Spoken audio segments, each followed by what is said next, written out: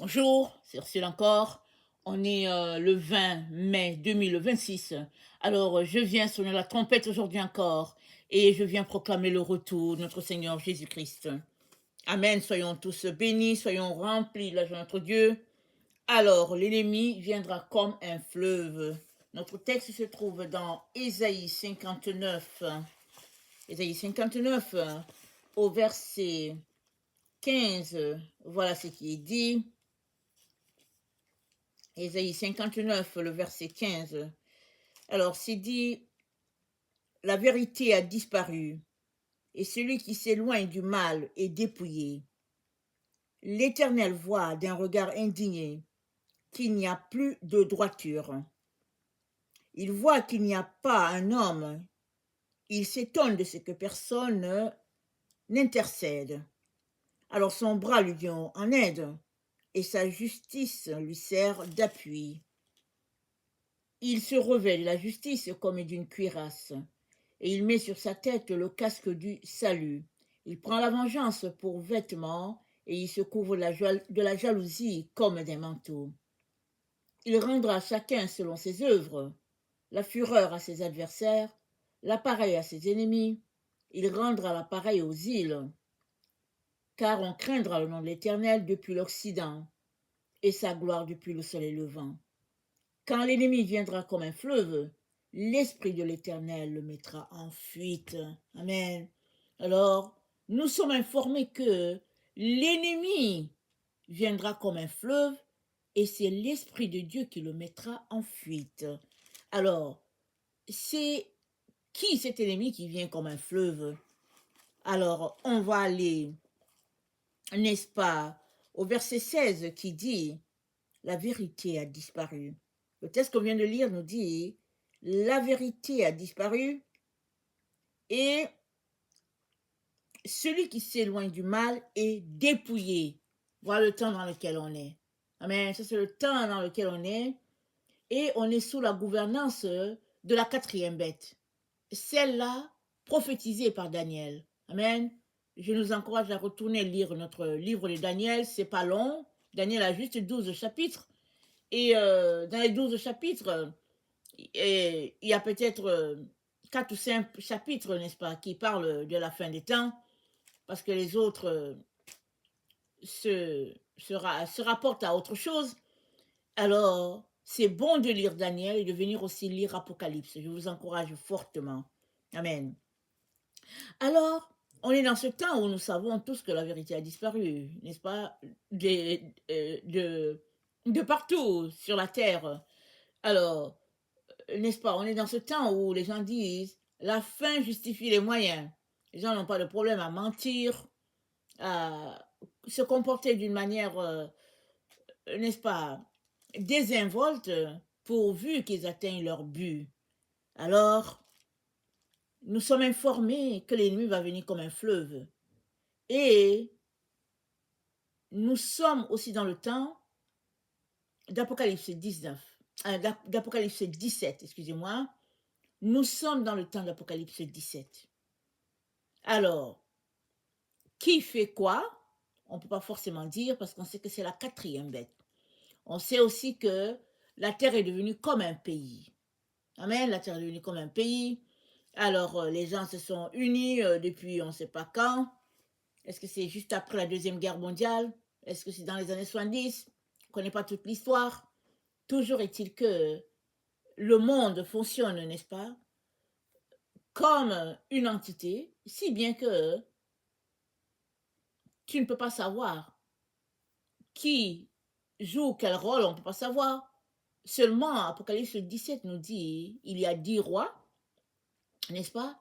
Et les 10 rois se mettent ensemble pour donner leur autorité à la bête. Et la bête, c'est dit, c'est une ville, n'est-ce pas? Et cette ville, elle est aussi qualifiée de fleuve. Amen. Cette ville, elle est aussi qualifiée de fleuve. On le lit dans Apocalypse 17 au verset 15. Apocalypse 17 au verset 15, c'est dit,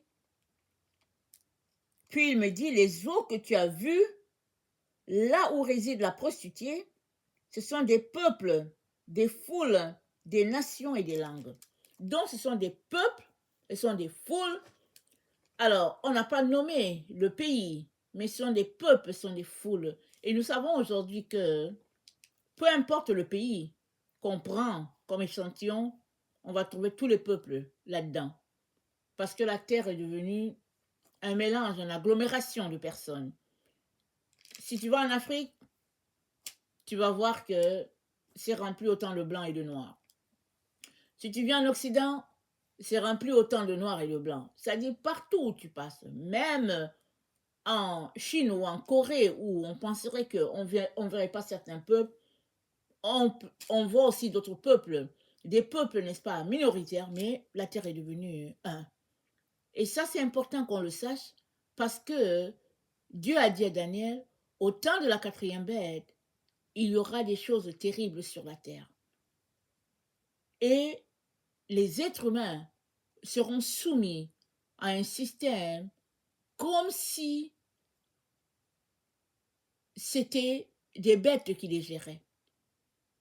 Parce que le comportement de notre temps, comparé au temps de Daniel, n'est-ce pas, il y a une différence. Parce qu'au temps de Daniel, les gens étaient plus axés vers l'amour, vers la sensibilité de l'autre. Dans notre temps, vous savez, tout ça s'est relayé à un autre plan, à un plan secondaire. Toutefois, le Seigneur, n'est-ce pas, nous informe que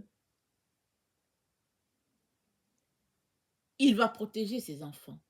Parce que ce qui se passe sur la terre, avec tout ce que les êtres humains subissent, c'est pas contre toi, l'individu, mais c'est contre Dieu.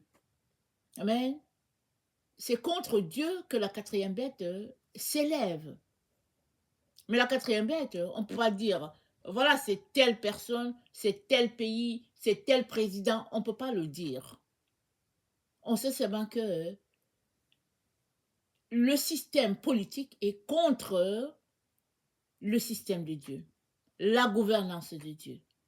Voilà pourquoi Dieu nous dit de nous accrocher, n'est-ce pas, à sa parole. Parce que tout montre, révèle que c'est contraire aux valeurs de Dieu. Tout est contraire aux valeurs de Dieu. Alors, c'est dit, n'est-ce pas, dans Apocalypse 17, le verset 9, c'est dit, c'est le moment d'avoir de l'intelligence et de la sagesse. Apocalypse 17, le verset 9. Pourquoi? Parce que tu ne sais pas qui est qui. Amen. Tu ne sais pas qui est qui. C'est dit que le fleuve, l'ennemi va venir comme un fleuve. C'est-à-dire, c'est une agglomération de personnes. Parmi ces personnes, qui est de Dieu, qui n'est pas de Dieu. Ce n'est que Dieu qui va te révéler la vérité. Parmi les politiques qui te sont soumises, quelle est celle qui est encouragée par Dieu et celle où Dieu n'est pas, tu ne sauras pas. Sauf si tu as de l'intelligence et que Dieu te guide. Et comment Dieu peut-il te guider si tu ne viens pas à lui, si tu n'as pas du temps pour lui? Tu comprends? Tout est entremêlé. C'est-à-dire, tout part d'un point, finit à un autre, et tout se tient. Si tu marches avec le Seigneur, tout se tient dans l'esprit du Seigneur. Si tu es selon les valeurs du monde, tout se tient selon les choses du monde. C'est-à-dire confusion, point d'interrogation, et puis chose contraire à ce que Dieu veut. Amen.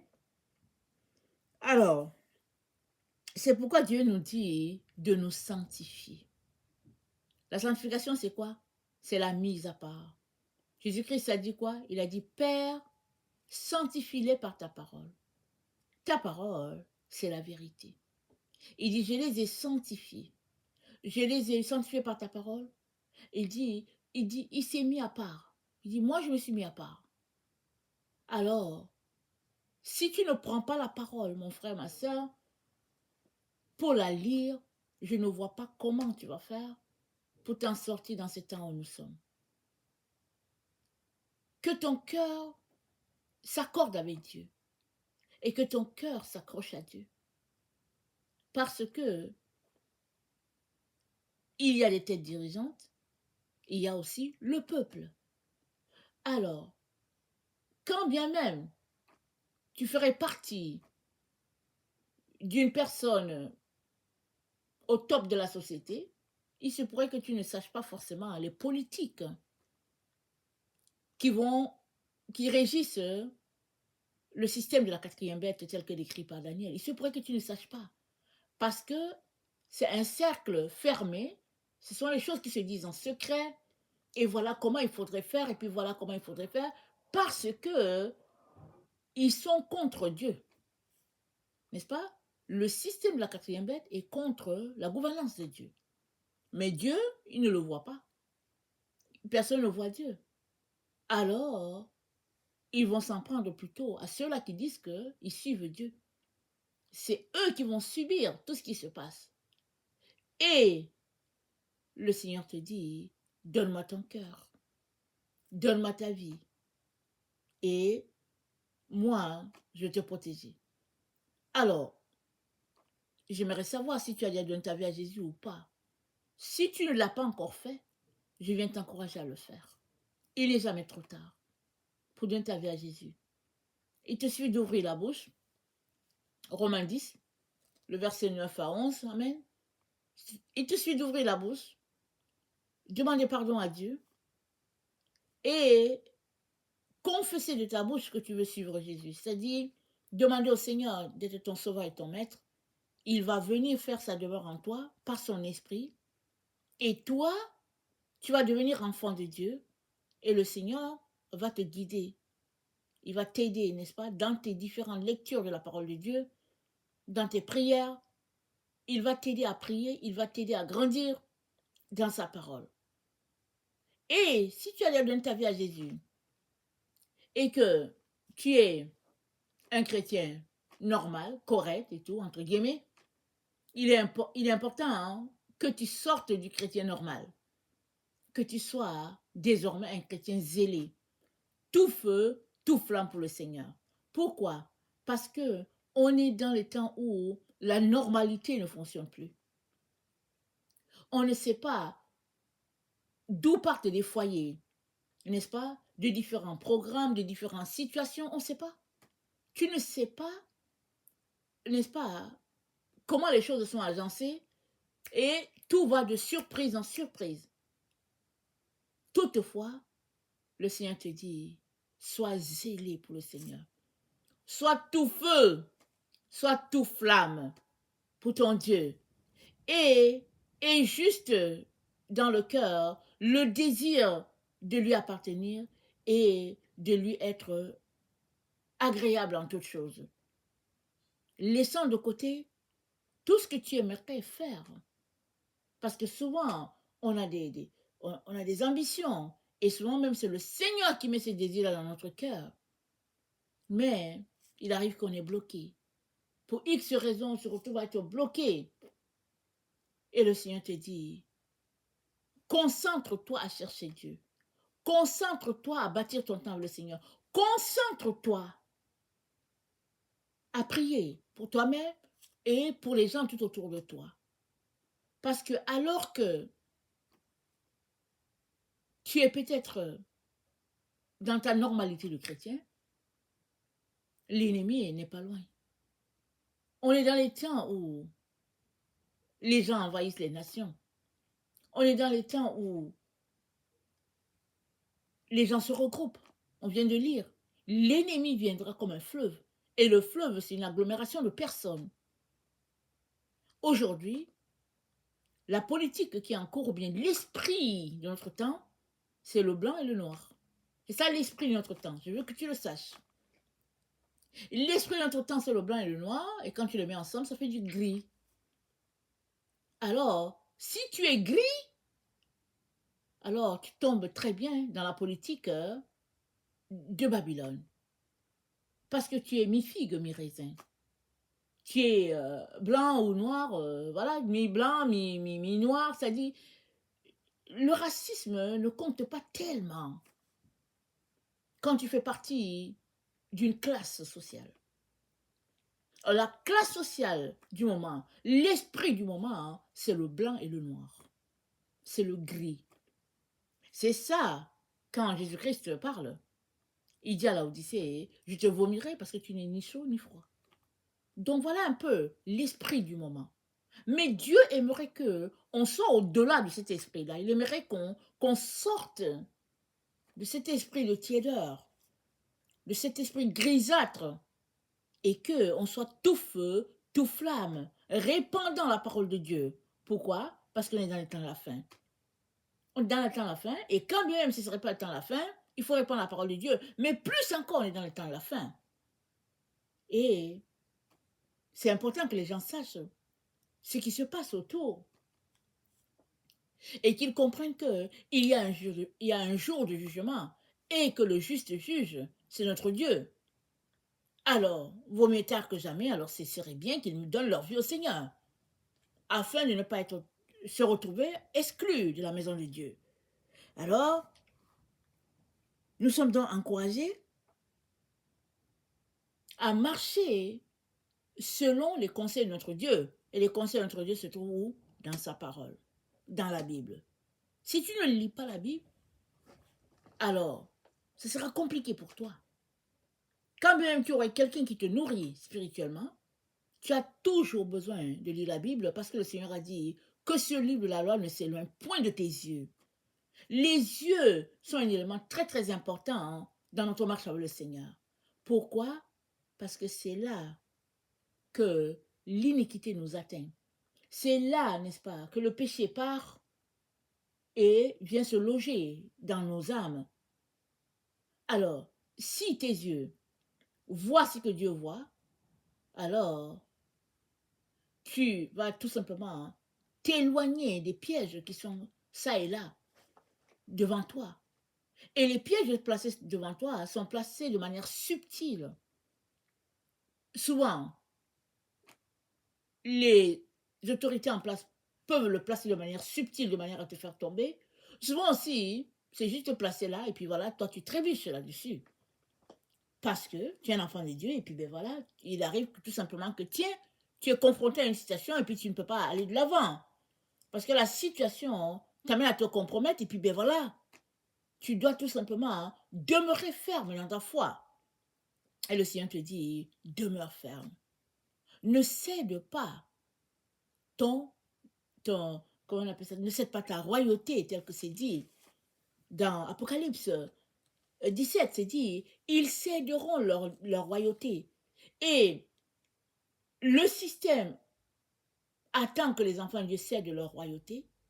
Et puisque c'est le temps de ça, le Seigneur, n'est-ce pas, va tout simplement se retrouver à dire à ses enfants, donnez-moi votre cœur à 100%. C'est comme ça que Dieu va te protéger. Donne-moi ton cœur. Laisse aller les autres choses. Donne-moi ton cœur à 100%. Concentre-toi à me chercher. Et moi, je vais te dire comment naviguer dans ce fleuve-là de personnes et de populations. Je vais te dire comment faire pour pouvoir, n'est-ce pas, fonctionner dans un tel système. Parce que c'est le système qui est là en place. Amen. Et c'est dit au verset, nous sommes dans Ésaïe 59, c'est dit, nous avons été coupables envers notre Dieu, nous avons abandonné notre Dieu, nous avons proféré la violence et la révolte, conçu et médité dans les cœurs des paroles de mensonges, et la délivrance s'est retirée, et le salut s'est éloigné. Amen. Le salut s'est éloigné. La délivrance s'est retirée. C'est ça que le prophète Ésaïe dit. Pourquoi? Parce que nous avons abandonné Dieu. Mais dans ce temps où nous sommes, amen, nous n'avons pas abandonné. Amen. Si tu abandonnes Dieu, le salut se retire. Or, nous n'avons pas abandonné. Et le Seigneur dit de mettre une coche au-dessus du fait que nous nous sommes engagés à suivre Jésus. Et la coche que nous devons mettre dessus, c'est un niveau de sanctification, n'est-ce pas, qui plaise à Dieu. Ce n'est pas une sanctification selon nos désirs. Ce n'est pas le minimum de sanctification que nous pouvons faire. Non, c'est toute la sanctification, la totalité de comment nous pouvons nous dépouiller pour notre Dieu. Alors, c'est dit que la bête a dépouillé la prostituée. Mais c'est qui la prostituée? La prostituée, n'est-ce pas? C'est l'église de Jésus-Christ, la fausse église. Et nous savons que quand la Bible parle de prostituée, on la retrouve partout. On la retrouve dans Babylone, on la retrouve dans le système politique, on la retrouve dans le système religieux, on la retrouve partout. Parce que notre démocratie, c'est-à-dire que tout a été monté à partir de l'église de Jésus-Christ. Voilà, Jésus-Christ est mort, il nous a apporté la liberté, c'était la loi du talion, c'était invivable. Par la naissance de Jésus, tout a été libéré, si bien que aujourd'hui, nous connaissons un peu la paix, la liberté, et puis une vie plus ou moins calme sur la terre à cause de ce que Jésus-Christ a fait sur la croix. Et c'est parti de l'Église. Et elle s'est prostituée dans le sens qu'elle a épousé les valeurs du monde. Et on est dans le temps où le jugement doit se passer. Et voilà pourquoi Dieu nous dit de sortir du milieu de Babylone. De ne pas demeurer dans les valeurs de Babylone. De les faire sortir de nous, de notre esprit, de notre langage, de notre habillement. De faire sortir Babylone. Parce que Babylone a déjà été jugée et puis elle sera condamnée selon, n'est-ce pas, les propos de Dieu. Et si tu sortais de Babylone, sa condamnation ne sera pas la tienne. Et le Seigneur aimerait que tu sortes de là. Voilà pourquoi il te dit de ne pas abandonner le Seigneur. Et puis d'aimer le Seigneur de tout ton cœur, toute ton âme, toute ta force. Amen. Et d'être zélé. Alléluia. D'être zélé. Et le système en place, c'est-à-dire le système de la quatrième bête, le système de Babylone, se retrouve à combattre, entre guillemets, les enfants de Dieu par ces différentes politiques. Les politiques peuvent être au niveau des finances, ça peut être au niveau des émissions de télévision, ça peut être au niveau des différentes maladies, l'épidémie et tout ça. Ça dit, on ne peut pas dire, voilà ce qui s'est passé, voilà tel gouvernement a fait ci, voilà, on ne peut pas le dire, parce que c'est complexe. Mais il y a une chose qu'on peut dire, c'est que tous les jours, on peut venir louer le Seigneur. Tous les jours, on peut venir être dépendant de lui pour dire, Seigneur, aide-nous. Tous les jours, n'est-ce pas, on peut s'élever et célébrer Dieu pour la vie qu'il nous a donnée. Et c'est ça que le Seigneur aimerait qu'on fasse. Au lieu qu'on soit cantonné là pour dire, ok, il y a notre épidémie qui arrive. Oh, mais qu'est-ce qui va se passer? Mais qu'est-ce qui va nous arriver? Voilà ce qui va se passer. Et puis, etc. Non. Le Seigneur nous a donné sa paix. Il dit, soyez en paix. Recevez ma paix. Et la seule manière de garder cette paix-là, c'est de garder notre concentration sur notre Seigneur Jésus, de sortir de notre toute panique et de se mettre à adorer le Seigneur. Et le Seigneur va nous donner tout ce dont nous avons besoin pour passer à travers ces moments, n'est-ce pas, critiques par lesquels la terre passe. Amen. Et je finirai en disant, il y a juste deux camps, il n'y a pas trois. Il y a le camp de l'ennemi et il y a le camp de Jésus. Alors, de quel camp? Est-ce que tu fais partie du camp de Jésus? Et si tu fais partie du camp de Jésus, alors sois en train de faire ce que Jésus-Christ dit à son équipe de faire. Si tu fais aussi partie du camp de la bête, alors, c'est ça. Tu vas te retrouver tout simplement du côté de la bête. Et le Seigneur ne veut pas ça pour toi, alors il t'encourage. Il t'encourage à laisser de côté toutes les sollicitations, n'est-ce pas, de la quatrième bête et de te concentrer à chercher ton Dieu jusqu'à le trouver. Parce que c'est là que se trouve la vie et la vie en abondance. Amen. Que le Seigneur bénisse sa parole et que sa joie soit notre force en ce jour. Amen. Alléluia.